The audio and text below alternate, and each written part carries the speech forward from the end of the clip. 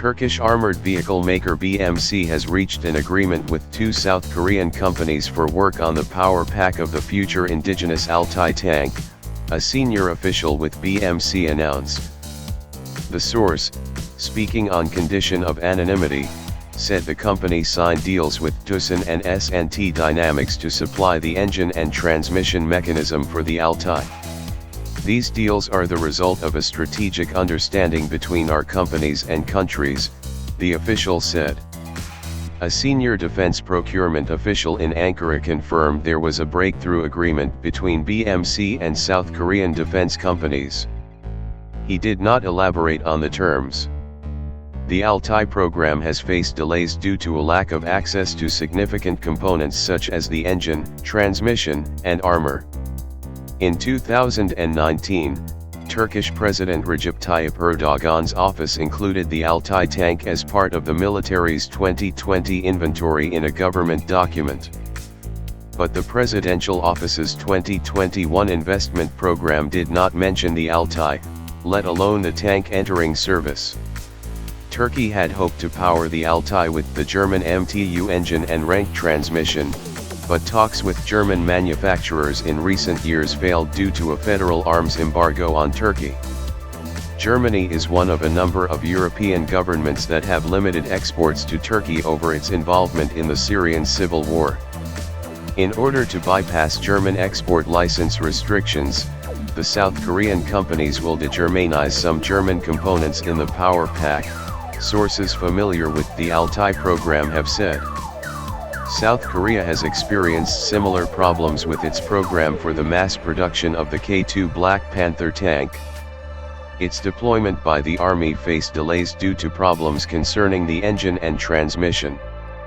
The first 100 units were built with a Doosan 1500 horsepower engine and an S&T Dynamics automatic transmission.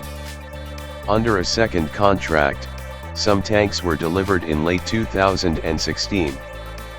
But after S&T Dynamics transmission failed durability tests, South Korea's Defense Acquisition Program Administration announced the second batch would have a hybrid power pack consisting of the locally developed engine and the German Renk transmission system. Under the latest deals, the South Korean companies will supply the power pack and assist with its integration into the Altay. A test phase will follow, and if all goes well, the Altay may be powered by Doosan and S&T Dynamics within 18 months, the BMC official said. BMC expects to ink more definitive versions of the two deals within a couple of months. The Altay program dates back to the mid-1990s, but it wasn't until November 2018 that the Turkish government awarded the tank's multi-billion-dollar contract to BMC. In a competition, the firm defeated Otokar, which had already produced 4 Altay prototypes under a government contract. The contract involves the production of an initial batch of 250 units, life cycle logistical support, and the establishment by the contractor of a tank systems technology center and its operation. As part of the contract, BMC will design, develop, and produce a tank with an unmanned fire control unit. The contract said the first Altay tank was expected to roll off the assembly line within 18 months.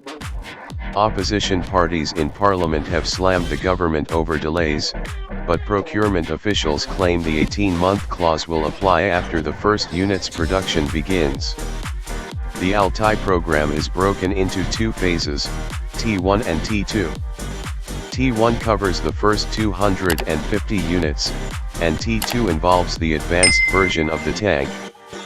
Turkey also plans to eventually produce 1,000 Altays, to be followed by an unmanned version.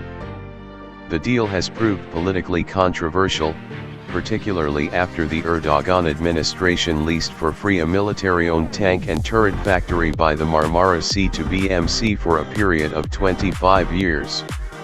At the time, BMC's Turkish partner, Ethem Sancak, was a senior member of the president's ruling Justice and Development Party.